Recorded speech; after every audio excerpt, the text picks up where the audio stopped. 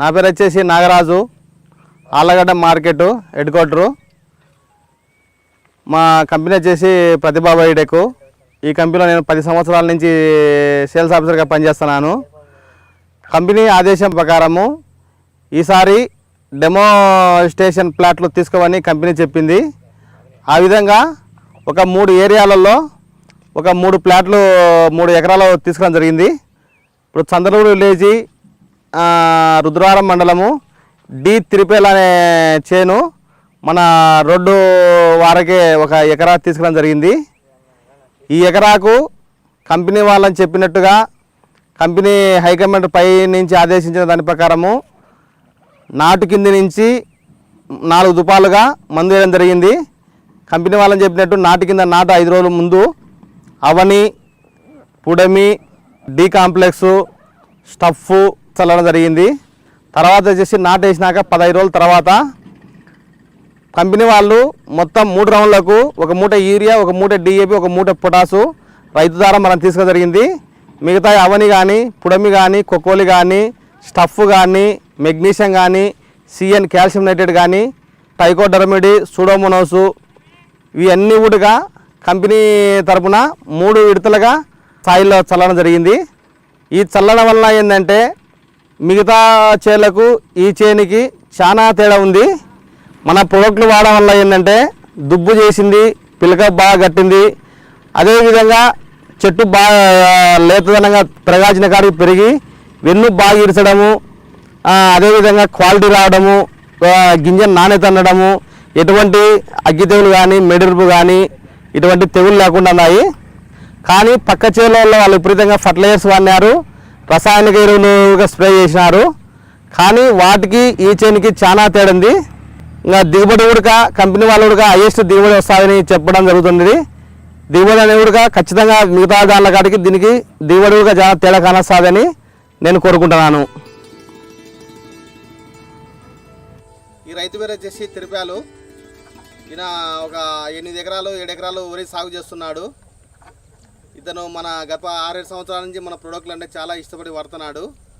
అదేవిధంగా ఈ రైతుకు ఈసారి ఒక ఎకరా డెమోన్స్ట్రేషన్ కంటిన్యూగా మన ప్రోడక్ట్లు వాడాలనే దాని ఉద్దేశంతో కంపెనీ ఆదేశించిన దాని ప్రకారము ఈ రైతును మనం ఈ విలేజ్లో సెలెక్ట్ చేయడం జరిగింది.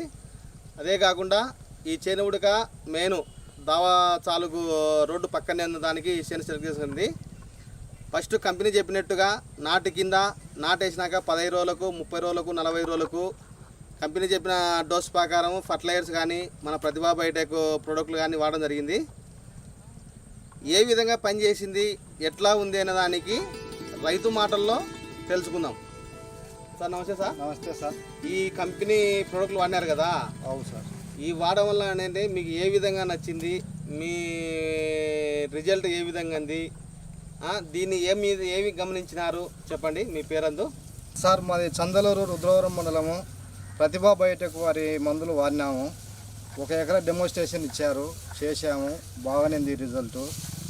మిగతాగా 7-8 ఎకరాలు వాడినాము, రిజల్ట్ బాగుంది సార్.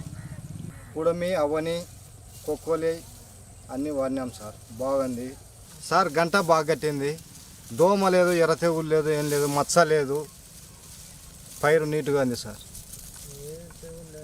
తెగులు ఏం లేదు.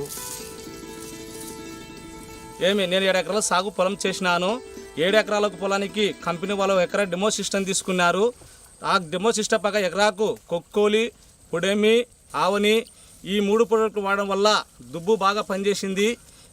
తెగులు కానీ, మెడిరుకు కానీ, ఉంట కానీ, దుబ్బు బాగా కట్టడం కానీ, ఎలాంటి పైరుకు తెగులు లేనందువల్ల భూబస్తాలు భూమందు తక్కువ వేసి ఆ ప్రతిభా బయోటెక్ ప్రోడక్ట్లు వాడడం వల్ల పైరు బాగా గంటకోలేయి పైరు శస్యశ్యామలంగా ఉన్నది.